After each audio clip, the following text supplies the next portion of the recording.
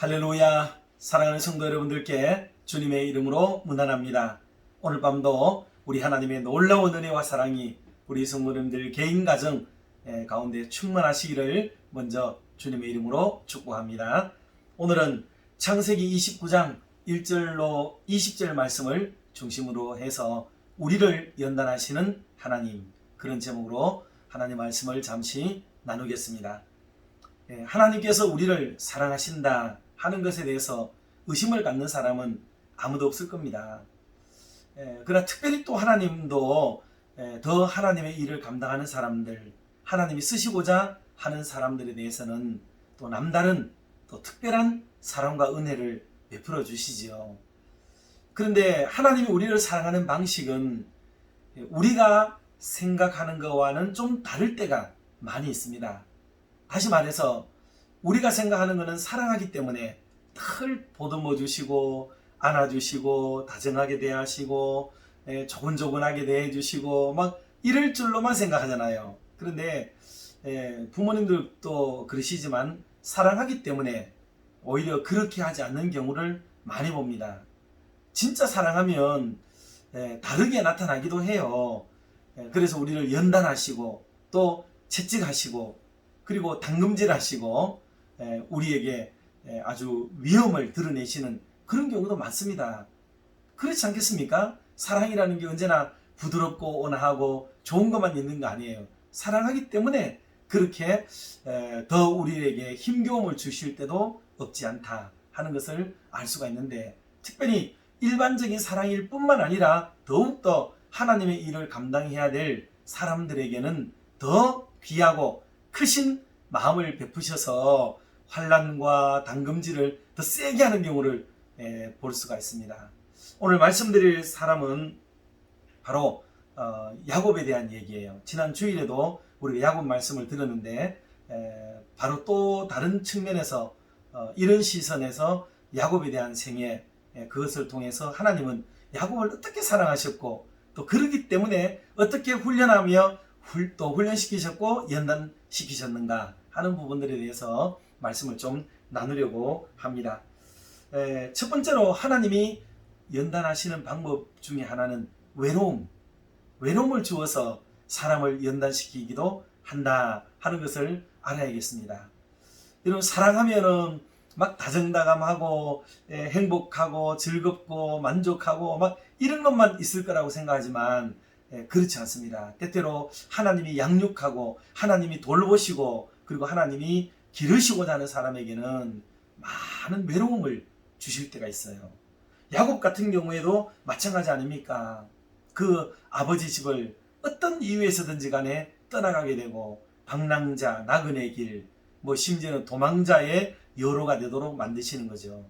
누구에게 그런 얘기를 다 할 수가 있었을까요? 얘기도 못하는 거죠. 자기의 속내, 그 속 사람의 얘기들을 어떻게 다 그 속 형편들을 얘기할 수 있었겠습니까? 그러니 입 꼭 닫고 가야 되지만 아무도 자기 일가 친척들을 만날 수가 없는 거죠. 그러니 멀리 있는 외삼촌 집을 향해서 가게 되는 겁니다.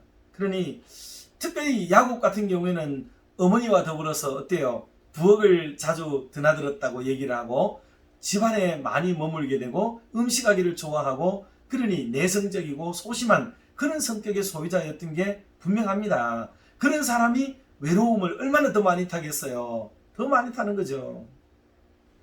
얼마나 외로웠던지 우리 창세기 29장 11절 말씀 보면 라헬을 야곱이 피난길에 만나요. 외삼촌 라반의 집을 목표해서 갔기 때문에 거기서 라반의 집을 아느냐 사람을 물어보고, 그러다가 라헬이 지금 오고 있다, 딸내미가 오고 있다, 그래서 아버지 양을 몰고 오고 있는 것을 발견하고는요, 야곱이 막 쫓아가서 입을 맞추고 그리고 끌어안고 눈물을 막 흘리는 장면이 나옵니다. 얼마나 반가웠으면, 다시 말하면 얼마나 그동안에 외롭고 힘겨운 길을 걸어갔던지 드디어 외삼촌의 집에 그리고 그 혈육 핏줄을 만나게 되었으니 너무너무 반가운 거죠. 그러니 그동안의 삶의 애환과 외로움과 고독과 힘겨움이 그냥 막 확 씻겨나가는 거예요.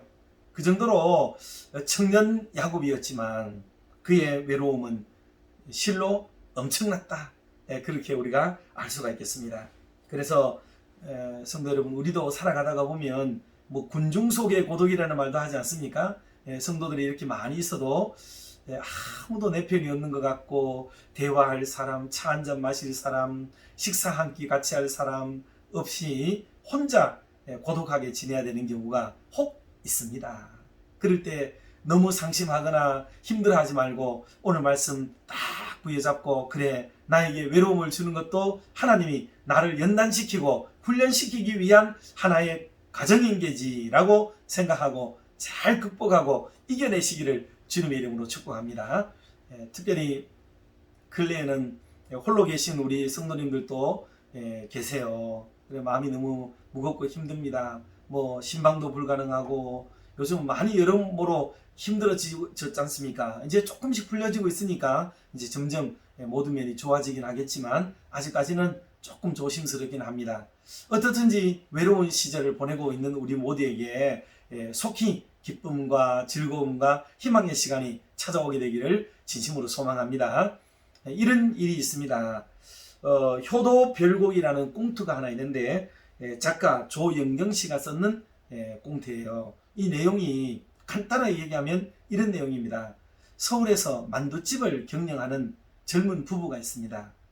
그런데 늘 만두집에 손님들이 찾아오곤 하는데 유독히 눈에 띄는 손님이 계셨어요. 할아버지와 할머니가 어김없이 오후 3시쯤 되면 거기에 들어옵니다.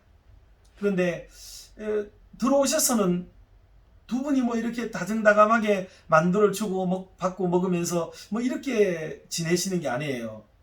마치 막 이별을 하는 사람처럼 연민에 젖어서 만두는 모락모락 김을 내고 있는데 여기에는 관심도 없다는 듯이 서로 마주보면서 애달바하는 그 마음을 이렇게 뿜어내는 것을 젊은 사람이 봤습니다. 처음에는 여사로 보고 별것 아닌 것으로 여겼지만은 차츰차츰 보니까 신기하고 참 이상하다라는 생각이 들었습니다. 그리고는 어김없이 어떤 일정한 날이 되고 시간이 되면은 꼭 그렇게 두 분이 들어오시는 것을 보았습니다. 그런데 한동안 할아버지 할머니가 눈에 보이질 않더래요. 그런데 한참을 지난 뒤에 할아버지 혼자 문을 드르륵 열고 오후 3시쯤에 들어오셨어요. 젊은 부부가 얼마나 반가웠던지 할아버지 오셨느냐고, 할머니 오시지 않았어요? 할머니 곧 오시는 거죠? 라고 막 얘기를 합니다. 그랬더니 할아버지가 마음이 많이 힘들어 하시는 표정을 지으시면서 할머니는 돌아가셨다고 얘기를 했었어요. 참 안타까운 사연이죠. 그런데 더 안타까운 것은 말이죠. 그래 자리에 앉아서 할아버지의 사연을 이렇게 들어보니 기가 막혔습니다. 왜냐하면 그동안에 할아버지는 큰아들, 수원에 있는 큰아들 집에 머물러 계셨고 할머니는 서울에 있는 둘째 아들 집에 머물러 있었어요. 이유가 뭐냐면 부부가 뭐 싸워서 금이 가서 그렇게 된 게 아니에요. 이 자녀들이 둘이 있는데 두 녀석이 그냥 싸운 겁니다. 마지 집에서는 왜 맏며느리가 부모님을 다 모셔야 될 이유가 뭐가 있느냐? 저 동생도 있는데 그러니 반 쪼개가지고 모시자 이래 된 거죠. 반 쪼개가지고 모시자. 그러니 맏아들 집에는 아버님을 모시고 둘째 집에는 어머님을 모시는 이런 일이 벌어지게 된 거예요. 그러니 긴 세월을 그렇게 흩어져 지내다가 일주일에 한 번씩 특별한 날 만나셔서 그렇게 만둣국을 한 그릇씩 드시고는 참 섭섭한 마음으로 아쉬운 마음을 달래면서 헤어지곤 그렇게 하셨던 거죠. 얼마나 가슴이 참 막막한 그런 일이겠습니까? 특별히 우리 교회 안에도 젊은 부부들이 많이 계시는데 부모님을 두고 계시는 우리 젊은 분들에게 진심으로 드리고 싶어요. 여러분, 부모님을 홀대하지 마세요. 부모님을 잘 모십시오. 시어머니, 시아버지 공경하시고요. 여러분, 또 장인 장모님 많이 사랑하시고 잘 섬깁시다.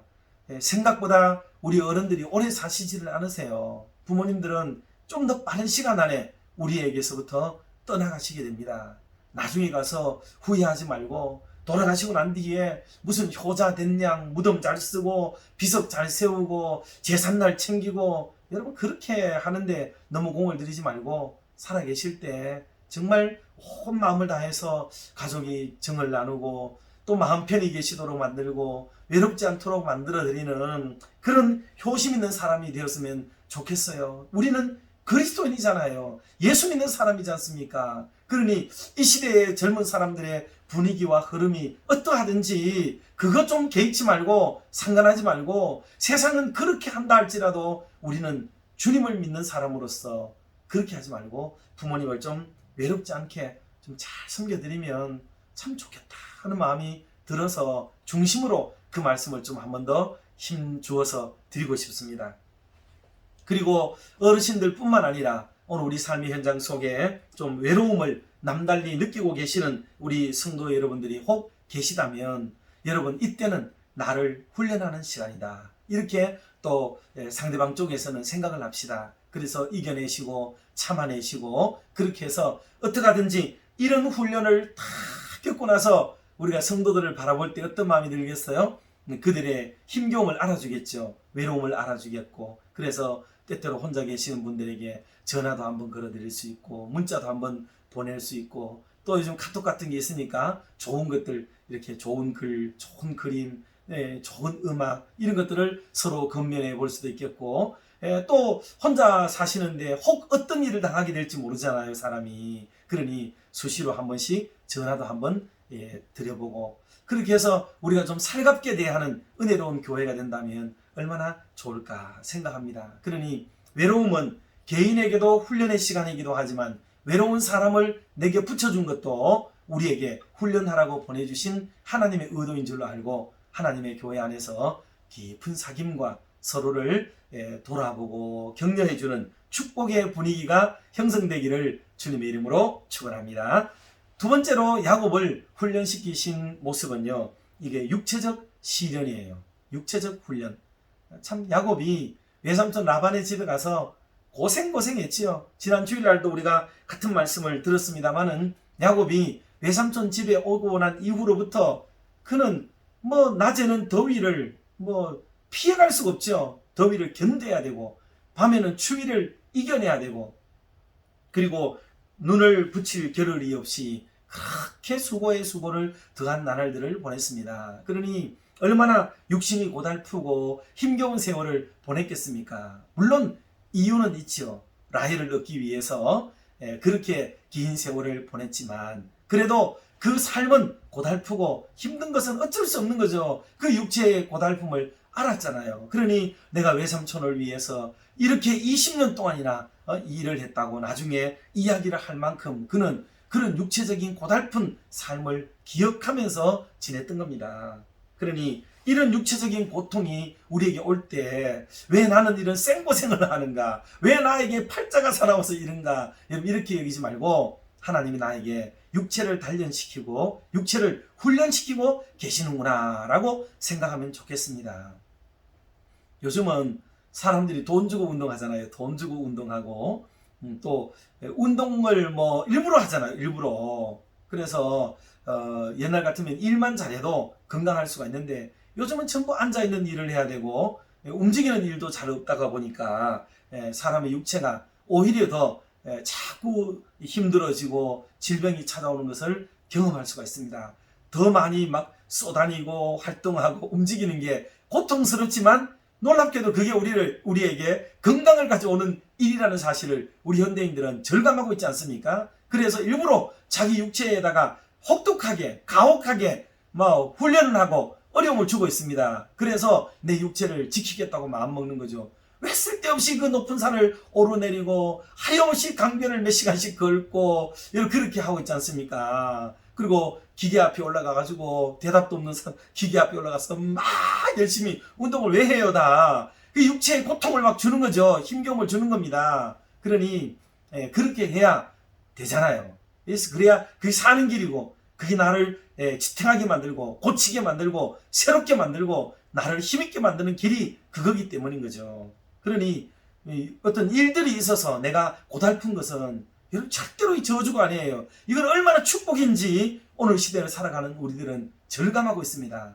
그러니 육체의 고단함을 가지고 핑계하고 힘들다 말하고 왜 나는 팔자가 사나워서 막 이런 믿음 없는 말들 하지 마시고 여러분 육체의 고단함을 감사로 잘 받고 이겨내는 은혜가 있기를 주님의 이름으로 축원합니다. 특별히 현대인들이 새벽 기도를 잘 안 나오잖아요. 잘 지금 그래도 하나님 은혜 속에 차량 운행도 되지 않는데도 불구하고 한 30-40명의 성도들이 매일 새벽마다 올라오셔서 기도하고 계시는데 여러분 육체를 좀 더 깨우세요. 육체를 일바세워 계속 누워있는 게 좋은 게 아닙니다. 1시간씩만 잠을 줄여봐요. 그러면 그게 더 건강미가 있고 새벽을 찾는 사람에게 하나님 육체의 건강을 허락하실 줄 믿으시기를 바랍니다. 옛날부터 우리 믿음의 선배님들은 새벽 지키다가 육체의 건강 가지고 장수의 복을 누리셨다고요. 근데 현대인들의 자꾸 이렇게 육체가 힘들어하고 어려워지는데 자꾸 그럴수록 새벽을 깨워야 되지 새벽을 더 늘어지게 잠만 자게 되면 건강을 더 해치게 됩니다. 이것을 꼭 기억하고 하나님 앞에 육체의 단련을 한번 도모해보는 은혜가 있기를 주님의 이름으로 축원합니다. 마지막으로 세 번째는 야곱에게 죄를 지었잖아요. 야곱도. 그 죄에 대한 대가를 하나님이 반드시 지불하도록 해요. 죄에 대한 대가. 그래서 우리가 죄를 지을 수밖에 없는 인간이긴 하지만 그러나 죄는 지었더라도 그리고 용서는 받았더라도 죄에 대한 형벌은 따라오게 돼 있어요. 죄는 용서받지만 죄에 대한 형벌은 자기의 양심의 가책이 느껴지든지 아니면은 내가 물질 때문에 시험에 걸렸으면은 물질의 손해를 보든지 또 몸으로 잘못을 저질렀으면은 또 몸에 대한 뭐 어떤 문제가 생기든지 뭐 어떤 게 반드시 그 형벌은 따라와요. 그러니 여러분 이 죄에 대해서 가소롭게 여길 일이 절대로 아니다 하는 것을 기억해야 됩니다. 그래서 야곱은 자기 아버지를 속였어요. 자기 형이 차지해야 될 장자의 축복을 막 가로채듯이 속임수를 쓰듯이 해서 빼앗아오지 않았습니까? 그렇게 속이기를 좋아하던 야곱은 외삼촌 라반에게 와서 혹독하게 임자를 만나가지고 흠상만 하더라도 10번을 바꿔야 됐었던 그런 애달분이 있었지 않습니까? 그리고 외삼촌 집에서 막 도망을 나와야 될 만큼 정당하게는 그 집에서 뿌리치고 나올 수가 없었어요. 왜? 외삼촌이 너무 강하니까. 이 라반은요 야곱보다 훨씬 더 강한 사람이에요. 그러니 야곱이 상대하기가 너무 버겁고 힘든 사람이에요. 그래서 야곱은 도망 나오듯이 하지 않으면 안 됐었습니다. 그리고 꿈에 외삼촌 라반에게 나타나서 하나님이 야곱에게 손대지 마라 라고 말하지 않았더라면 다른 별 뾰족한 수가 없었던 일이 바로 야곱이 당면했던 상황이라고 볼 수가 있겠습니다. 그 정도로 야곱은 속임수를 썼던 데 대한 대가를 톡톡히 치르고 있다는 것을 보여줍니다. 이것도 훈련이에요. 여러분 죄를 지었다. 그리고 비록 용서는 받았지만 죄 책임은 용서받았지만은 죄에 대한 형벌은 우리에게 뒤따라와서 우리가 고통스러워하고 또는 매를 맞고 힘겨워합니다. 한 번 하고 두 번 하고 세 번 하면서 어떤 일이 벌어져요? 아이고 다시는 이러지 말아야겠다 생각하고 하나님이 나를 사랑하셔서 이런 채찍을 드셨구나 뭐 깨닫게 되겠죠. 그러면서 점점 하나님 앞에 민감해지고 더 아름답게 서가는 훈련이 되어지고 있습니다. 훈련. 그래서 전에는 큰 죄를 지었는데 이제는 그래도 죄가 줄어들고 작아지고 자꾸 이렇게 되면서 성화의 과정을 차츰 거쳐가는 거예요. 여러분 성화라고 하는 것은 교리에 대단히 중요해요. 어느 날 갑자기 하나님을 믿고 예수님을 믿고 성령 받았다고 갑자기 죄인이 의로움으로 그 본질상 의롭게 여겨짐을 받았지만은 육신을 입고 있는 우리들은 여전히 죄 가운데 살 수밖에 없는 존재들이에요. 그런데 그 죄가 지난번보다는 작아지고 줄어들고 그렇게 해서 차츰 성화의 길을 걸어가게 되어져서 하나님이 원하는 길로 걸어가게 돼요. 그래 그때까지 과정은 어때요? 힘들지요? 어렵지 않습니까? 계속 욕을 먹어야 되고 손가락질을 당해야 되고 막 아픔을 겪어야 되고 이런 과정이 있어요. 이런 과정도 죄를 줄여가는 과정이고 성화가 되어져가는 과정이며 훈련이기도 해요. 이것을 잘 버티고 이겨내야 되는 게 중요합니다. 그래서 나도 남에게 정죄를 쉽게 해서는 곤란하겠죠. 그래서 그가 그 스스로도 이미 죄에 대한 형벌을 받고 있어요. 다. 그러니 서로 사랑하고 용서하고 보듬어 주더라도 하나님이 그에게 손볼 거는 계속 손봅니다. 그게 모든 게 막 용서했다고 해서 한꺼번에 모든 게 없어지는 게 아니에요. 죄의 형벌은 따른다. 그러니 물론 형벌도 용서받는 경우도 있겠지요. 물론 그러나 교리적으로 그렇지 않습니다. 죄에 대한 책임은 한꺼번에 용서함을 받지만 죄에 대한 형벌은 양심의 가책이든지 다른 사람의 시선이든지 자기 스스로의 이름이든지 고통이든지 무엇으로라도 이 땅 가운데 형벌은 반드시 받도록 되어져 있다 하는 것을 우리가 알 수가 있겠습니다. 자, 그래서 야곱도 속였더니 속임을 받게 되어지고 남에게 아픔을 주었더니 자기도 아픔을 겪게 되는 그런 일이 벌어지게 되었다 하는 것을 알 수가 있습니다. 그러나 큰 눈으로 보면 어때요? 하나님이 야곱을 사랑하시고 야곱을 통해 앞으로 이루실 큰 일들을 위해서 이제 저 멀리 있는 하나님의 놀라운 뜻을 성취시킬 하나님의 사람으로 이런 다각적인 측면에서 훈련하고 교육함으로써 하나님의 사람을 만들어가고 있다는 것을 알 수가 있겠습니다. 그러니 오늘 저와 여러분의 삶의 현장에도 혹 조금 힘듦과 어려움이 있을지라도 우리를 연단하시는 하나님의 은혜로 받고 잘 극복하고 이겨내고 그래서 더 단단해지고 더 야무러지고 그리고 더 성숙한 더 폭넓은 그런 아름다운 사람으로 갖추어져서 주님의 영광의 도구로 쓰임받는 저와 여러분들 모두가 되시기를 주님의 이름으로 축원합니다. 기도하겠습니다. 사랑의 하나님 아버지 감사합니다. 오늘 밤도 저희들을 하나님의 말씀 앞에 앉혀주시니 감사합니다. 그래서 저희들은 여전히 반복되는 말씀이지만 다시 하나님의 음성을 들었습니다. 그리고 우리를 사랑하시는 하나님의 마음을 헤아려 봅니다. 우리를 사랑하시기에 곁에 아무도 나의 편이 없구나라고 생각할 만큼 때로 외로움을 겪게 하시기도 하며 육체의 아픔과 고통을 주셔서 또 연단하기도 하시고 무엇보다 우리가 잘못된 일을 저질렀을 때 어김없이 그 잘못을 깨닫게 하시고 응분의 대가를 지불받게 하셔서 우리를 연단하신다는 것을 새삼 깨닫습니다. 어리석고 무지한 저희들은 그런 연단이 내게 올 때 불평하기도 하고 심지어 하나님을 원망할 때도 없지 않았습니다. 주님 용서하여 주시옵고 이후로 나를 누구보다 사랑하시는 하나님의 사랑에 의심하지 말게 하시고 늘 감사하며 살아가는 우리 모두가 되게 하여 주시옵소서. 온 지구촌을 다스리시는 하나님, 러시아가 우크라이나를 침범하여 무차별 폭격을 가함으로 인해 무려 2,000명 이상의 민간인이 생죽음을 당했다고 합니다. 또 수십만이 넘는 국민들이 갈 바를 알지 못한 채 정든 집을 떠나 피난길에 오르고 있습니다.